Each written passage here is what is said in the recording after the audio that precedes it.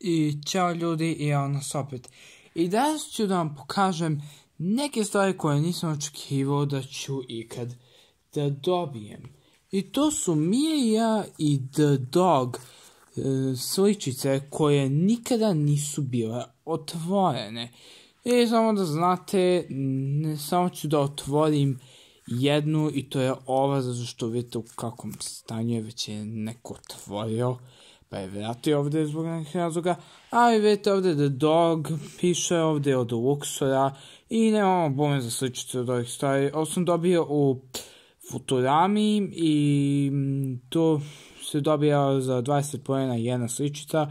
Ja sam uzeo ove i vidite ovdje je Luxor, ovdje ne piše iz koje godine, ovdje piše da se dobija 5 sličica, a možda da se dobije 4, 6 ili više sličica. Ja neću da otvorim jer je od Luxora. I ove sličice su vjerovatno iz 2016. 17. zato što se sjećam da su tad bile u Texiko. A Mia i ja, te sličice su iz 2015. Sad kako znam ovo? Pa ovdje iza piše, vidite piše P, Lako, i ovdje piše P i L. I ovdje piše 2015. Vidite? I sad ću ovo da otvorim. Vidite, ovo nema što me stanju.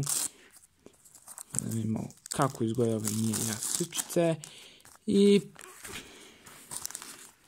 kako izgledaju, veoma male su.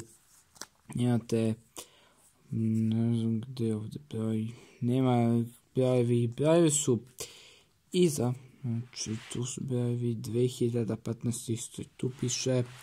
I dobio sam Miu, dobio sam šta god da je ovo, nisam gledao Miu i ja. I onda ovo, onda ovo i ovo. I to je to. Hvala na gledanju ovog videa. Ako vam se svidao, ostavite like, share i subscribe.